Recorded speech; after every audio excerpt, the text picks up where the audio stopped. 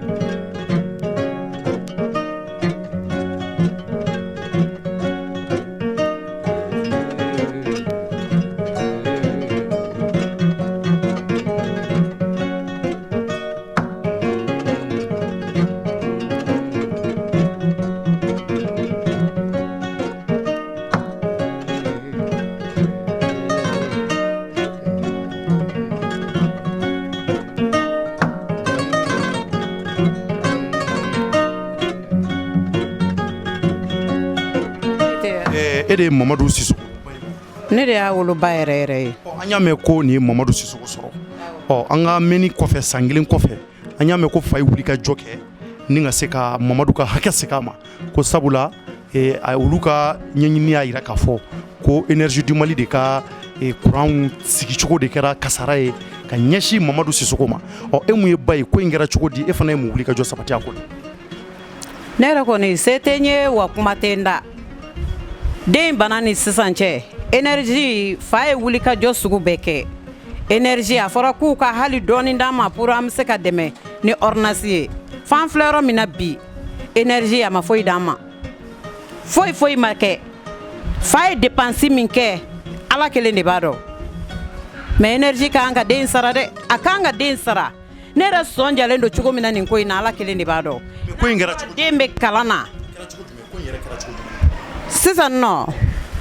ne y'u ka fini de ko a ko ma ko n ka a to a bɛ taa finiw da a taara finiw da a ɲɛ b'a la télé dérangelen don a yɛlɛnna k'a bɛna taa antenne labɛn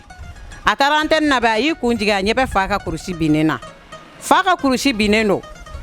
ani antenne labɛnna bɛ sanfɛ fa ka kurusi binnen don fil kan a ko k'a bɛna ka na fa ka kurusi de ta sisan ne bɛ bɔ min kalama a kɛra sanfɛ giriw a kɛra n kɔnɔ i b'a fɔ ko birikiden de binna jaja courant de ye Mamadou sama a y'i défend courant y'a sama k'a ta k'a pɛrɛn duguma ani min bɛ antenne labɛn na o nana ka na fɔ n ɲɛna Mamadou ba na Mamadou binna ne ye n kun bɔ fenêtre fɛ k'a wele a ma kuma i b'a fɔ ko fɛn de y'a fɔ n ye k'a fɔ ko courant de nɔ don ne ye nɔnɔ ta nɔnɔmugu kari bɛ n bolo n y'a ta ka ji sachet 2 ta ka boli ka yɛlɛ n bɛna se sanfɛ yɔrɔ min na n ye faux pas kɛ n wulila n taara sɔrɔ Mamadou jalen yɛrɛkɛlen bɛ a ɲɛjɛ tigɛlen don n ko mun y'a sɔrɔ n ko Mamadou i da waga n ye nɔnɔ d'a ma Mamadou ye fɔɔnɔ kɛ a bɛ manani finmani bɔ fɔɔnɔ fɔlɔfɔlɔ i b'a ko manani finmani k'a fin i b'a k'i ye finfin nɔni ka d'a ma filanan n y'a fɔ an ka gardien ye n ko lasi ɲama an ka Mamadou ta an ka jigin n'a ye an jiginna ni Mamadou ye ka na da salon kɔnɔ ja o y'a sɔrɔ kurusi fana bɛɛ yelela la o y'a sɔrɔ sous-vêtement kurusi de b'a la i ma sen ye sous-vêtement kurusi yelelen de filɛ nin ye ka sen kɛ tan nɔ ne na kurusi in fara ka bɔ a la k'a ka kiloti dɔ ta k'a don a la ka mɔgɔ si tugun ka taa malilɛ san ka n'a di Mamadou ma an y'a di Mamadou ma an b'o la o temps kɔnɔna la a fa y'a kɛ kasi ye ka sapeur pompier mɔgɔw wele sapeur mɔgɔw nana ɲan'olu ka na olu ka mɔgɔ dɔ b'an kɛrɛfɛ ko Dɛnba o Dɛnba nana ka na a ko madame a ye mun d'a ma kura ma ji d'a ma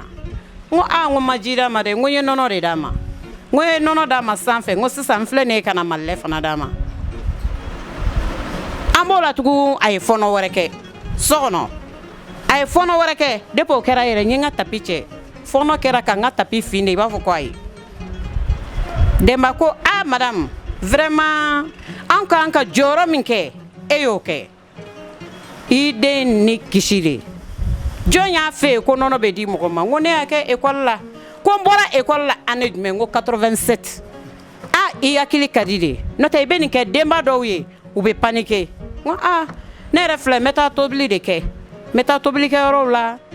bon n y'a kɛ école la fana n k'o de y'a kɛ. donc o b'a yira e ka nin nɔnɔ di de kɛra sababu ye n'a ni kisi. a ni kisira an taara hali urgence la a donna urgence kɔnɔ a ye fɔnɔ kɛ u ko bon mada a ba ye nɔnɔ min d'a ma o de ye den in ni kisi o de la den in ma problème foyi foyi sɔrɔ kɔnɔna na. mais mun ye Mamadou sɔrɔ tari a ɲɔgɔnna bɛ to ka kɛ yan wa tari courant bɛ to ka nin ɲɔgɔnna problème kɛ aw ka so. san yɛrɛ bɛ na ni san bɛ na dukɔnɔmɔgɔ bɛɛ bɛ yan nɔ ni san bɛ na fili bɛ file fiyɛ fili bɛ file fiyɛ f'i b'a fɔ ko ayi courant in ma ɲi dɛ. donc a bɛ to ka nin ɲɔgɔn caman kɛ. a bɛ nin kɛ i b'a fɔ ko ayi wa tuma dɔw la ni nɛnɛ bonyana kojugu i tɛ se k'i maga anw ka miiri la n'i magara miiri la dɔrɔn courant b'i minɛ n'i magara miiri la dɔrɔn courant b'i minɛ vraiment an tɔɔrɔlen don cogo min na ala kelen de b'a dɔn an yɛrɛ kun ko k'a fɔ k'an bɛna bɔ so in kɔnɔ yan so ma kɛ lafiya ye ma parce que n den bolo fila tigɛra EDM ka kan k'i jɔ jɔyɔrɔ min na a ka bolo ɲini ka di n den ma a ka n den ka droit sara o ka di n ye den ye den kelen pe de ye n bolo cɛmanin kelen de don n bolo n'u sera kɔni wallahi ka bolo di den in ma k'a ka droit d'a ma a bɛ diya n ye dɛ o de kɔni bɛ ne fɛ. courant min ni ɲɔgɔnna caman de kɛ Mamadou y'a mɔgɔ sabanan ye courant ye mɔgɔ fila de minɛ so in kɔnɔ Mamadou taara sanfɛ k'an fa ka fini binna duguma k'a bɛ nɛgɛberenin ta a ma se courant ma dɛ hors tension de b'an ka so sanfɛ 380 donc courant ye Mamadou minɛ a y'a sama a y'a bɔ k'a bin bolo ninnu nana commencer ka ɲɔgɔn minɛ bolo kɛra tan de a ma se ka dayɛlɛ parce que nerf jara nɔnɔ dira a ma a ye fɔnɔ na depuis a kɛra an ba ye tapi wuli a y'a bɔ a ka so kɔnɔ courant delila ka ne yɛrɛ minɛ an ka so kɔnɔ parce que ne gɛrɛla kogo la 31 yɛrɛ don su ne gɛrɛla kogo la dɔrɔn k'an jɔ dɔrɔn courant ye a kɛ ne la baw i b'a fɔ ko beretigi de bɔra ne kɔ la ka ne ci o kɛra mini a kɛra an ka salon kɔnɔna porte donda yɛrɛ la an filɛ so min yɛrɛ kɔnɔ an filɛ so min yɛrɛ kɔnɔ ne donna courant ye tan courant ye ne ci an ka salon kɔnɔna da yɛrɛ la ne bolo kɔnɔna bɛɛ jɛra ne girila n kulela mama courant ye minɛ Mamadou yɛrɛ ko ko ne bɛ kulonkɛ de la n ko wallahi courant ye minɛ n k'an tɛ n bolo kɔnɔna la u girinna k'an bolo lajɛ ko ko fɛn min courant bɛ so in kɔnɔ an ka siɲɔ kɔnɔ yɛrɛ la n'i donna an ka lii kɔfɛ so pɛrɛnnen de don ka jigin k'u yɛrɛ bɛ miiri k'u yɛrɛ woloden Mamadou ye u kan ka kiti tigɛ mais juges u ka kuma tiɲɛ kan o de ye ne ka kuma ye.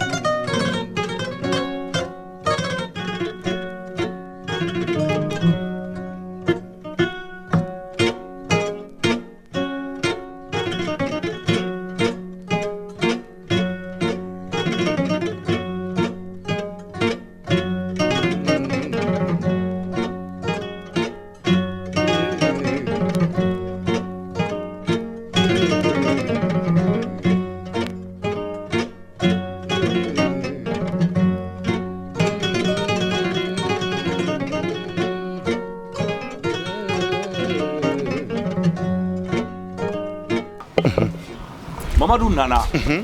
a yɛlɛnna sanfɛ Mamadou yɛlɛnna sanfɛ partout yirana hɔn antenne mun filɛ nin bere mun bɔr'o la nɛgɛbere antenne tun t'a la a tɛ 1 mètre bɔ yɛrɛ Mamadou y'o de ta a ma bere foyi sɔrɔ sanfɛ n'a b'a dɔn k'a b'a sɔrɔ a t'a kɛ donc maintenant à ce niveau n jɔlen filɛ yɔrɔ min yɛrɛ la juste u ye Mamadou ta yan k'a wuli k'a b'a sama ka gɛrɛ a yɛrɛ la cogo di ta k'a ta yan cogo di étincelle de bɔra Mamadou ɲɛfɛ nɛgɛbere nɔfɛ nɛgɛ bereni mun b'a bolo dɛ a main gauche la étincelle nan'o de nɔfɛ étincelle nalen o nɔfɛ sisan a ye Mamadou sama a sen bɛ ka wuli ka bɔ duguma ne ko n bɛ boli ka gɛrɛ a la a ko ne bolila ka gɛrɛ a la a bɛ ka taa ta a ko pa kana na parce que ne tun gɛrɛla la a bɛ juguya o mun tun bɛ ale sɔrɔ o tun bɛ ne yɛrɛ fana sɔrɔ donc maintenant a sera nin niveau la a y'a essayer k'a bolo kɛ k'a bɛ filanan kɛ k'a paro maintenant filanan kɛtɔ k'a paro sisan bolo fila in bɛɛ de jara nɛgɛ la k'a kun. donc o b'a yira k'a fɔ nɛgɛ mun b'a bolo kuran fili in ye o de sama. kuran fili ye nɛgɛ in de sama donc maintenant ala yɛrɛ de y'i to a ka masaya la sen fila dayɛlɛnna parce que a wulila sanfɛ sen nana ci ta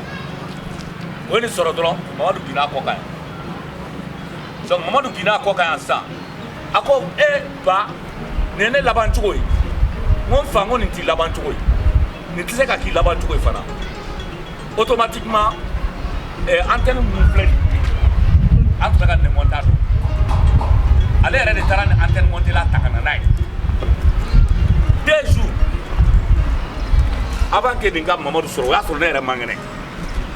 mais ne jɔr'u kɛrɛfɛ pour que o ka se k'a monter ɲɛna donc maintenant a binnen sisan ne kɛlen ka nin fɔ a ye antenne monter la bolila ka jigin ka taa fɔ a ba ye ko Mamadu binna ba bɛ ka yɛlɛ escalier fɛ a bɛ ka nɔnɔ kɛ sachet kɔnɔ k'a fɛngɛ parce que nɔnɔ tɛ b'ale bolo quoi donc maintenant ba de nana ko Mamadu i da waga a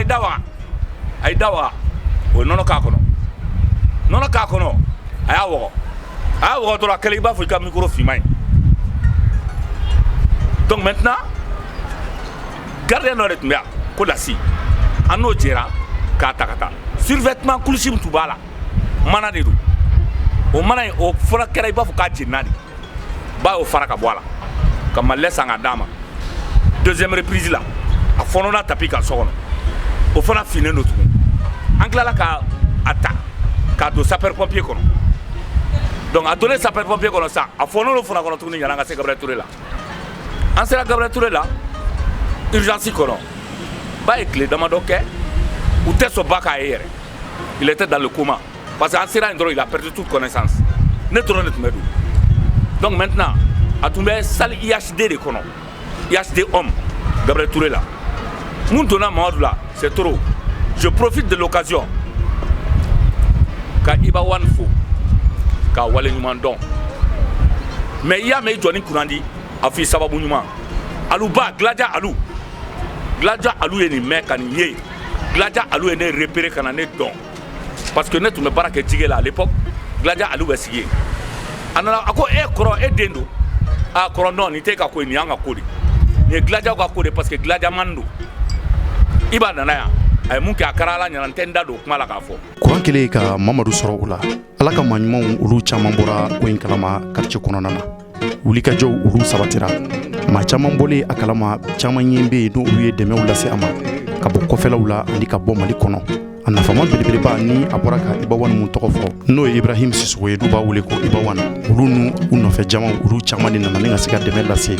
Cheikh Abdel Kader Sissoko ani ka fara a furumuso kan walasa Mamadu bi degun mun na a ka se ka kisi ka bɔ a ma cogo mun na o sababu la fɛn caman kɛra degun caman a yera Cheikh Abdel Kader Sissoko a ma sigi a ko k'a wuli ka jɔ sabati cogo na sugu bɛɛ la walasa nin ko mun ni ala y'ale den sɔrɔ ka se ka ɲɛsi fanga baarakɛlaw ma pour que u ka se k'a lajɛ ka Mamadu ka droit segin a ma.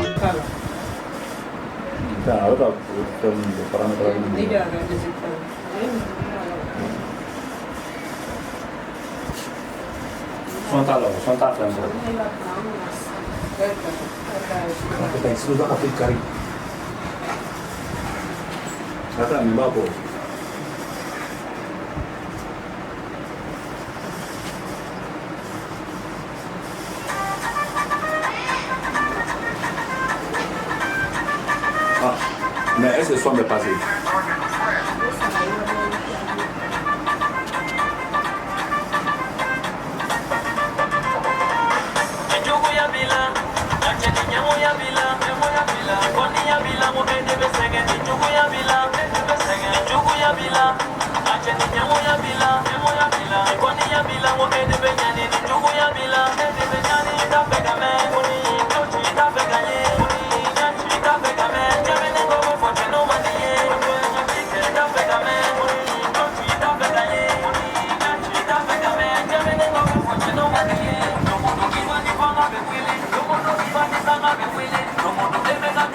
aw yɛrɛ ɲɛ bɛ kuran fili la maliyɛnw fili a protégelen tɛ mana t'a la foyi foyi nɛgɛ de bilalen don mɔgɔw la yan ta donc ni sumaya dara ka ban mɔgɔ fɛn fɛn bɛ yen ko o bɛ nin du in kɔnɔ olu bɛɛ bɛ danger la donc monsieur Sissoko komi e de den fɔlɔ kɛra ale de y'a kasara sɔrɔ du in kɔnɔ fɔlɔ fo ka taa bolo tigɛ. kasara sɔrɔ bolo tigɛ ta fan fɛ mais kasara in an donnen so kɔnɔ a ye ne den sɔrɔ don min y a eu des voisins minnu y'a affirmé k'a fɔ ne den y'a troisième personne de ye. o y'a mɔgɔ sabanan de ye fɔlɔ ta o ko tun ye baarakɛden dɔ ye a y'o paron ko bi fo dugu ma bon filanan ta a y'o paralysé o tun b'an ka so kelen de kɔnɔ raison pour laquelle u y'an ka fenêtre yɛrɛ bɔ a la ja mais je ne sais pas quelle est la convention de construction de cette maison autorisation ko ta fan fɛ n t'a dɔn si je le savais n tɛ don a kɔnɔ o ye kelen ye parce que n nana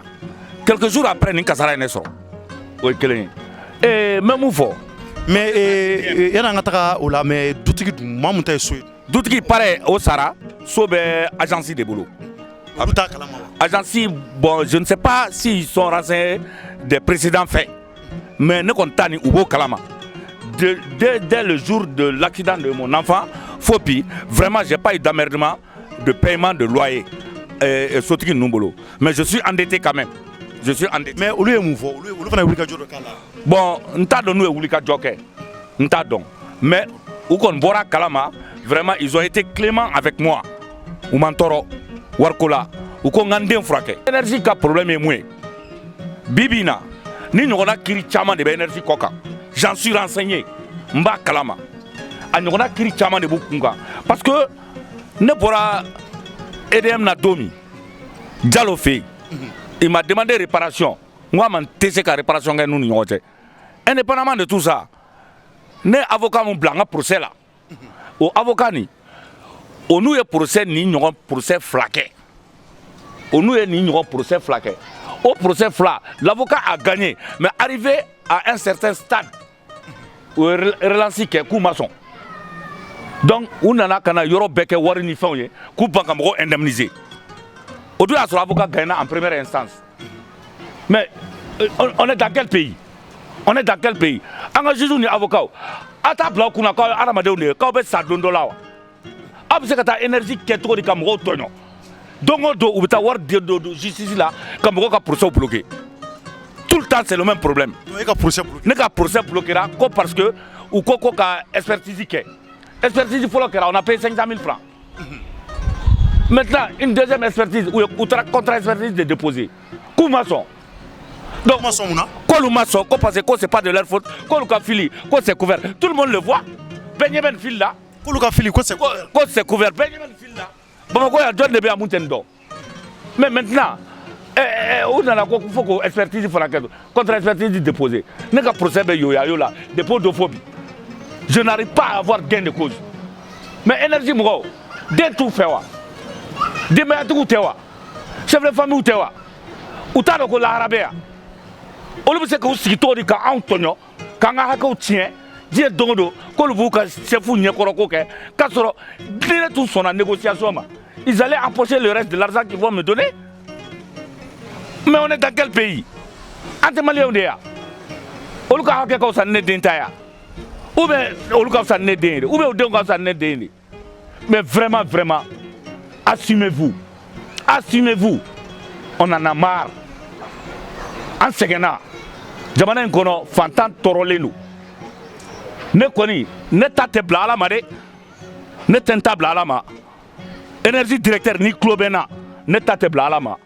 A barakela no klobena ne tate blala ma. Mogo dabe ni kola. Énergie niveau là. Même foye. Dugu do be do reba kofe. Dugu dɔ bɛ yen dɔwɛrɛ b'a kɔfɛ dɔ bɛ se ko dɔ la bi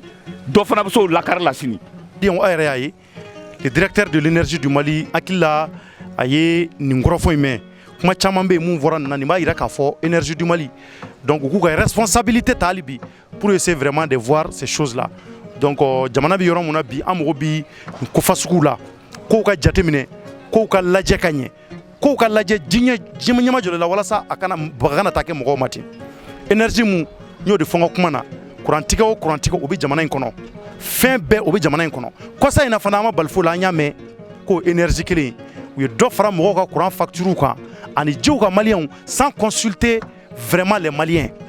o ye ko ye ko mun bɛ yen k'a cɛ ka jugu kojugu ɔ ja dekun wɛrɛ camanba bɛ yen mun ka jugu ka tɛmɛ o bɛɛ kan aw yɛrɛ ka nin lajɛ courant fili a ma datugu foyi énergie de nana ko ka se ka lumière juman di jamanadenw ma nka a tɔ bɛ ka kɛ magosa ye an bolo donc an ka laɲini ye k'a fɔ an bɛ ko o ko la diɲɛlatigɛ in na anw bɛ fɛ ka balo hɛrɛ ani baden kɔnɔ an ka jamana kɔnɔ maliyɛnw a k'an bɛn waati wɛrɛ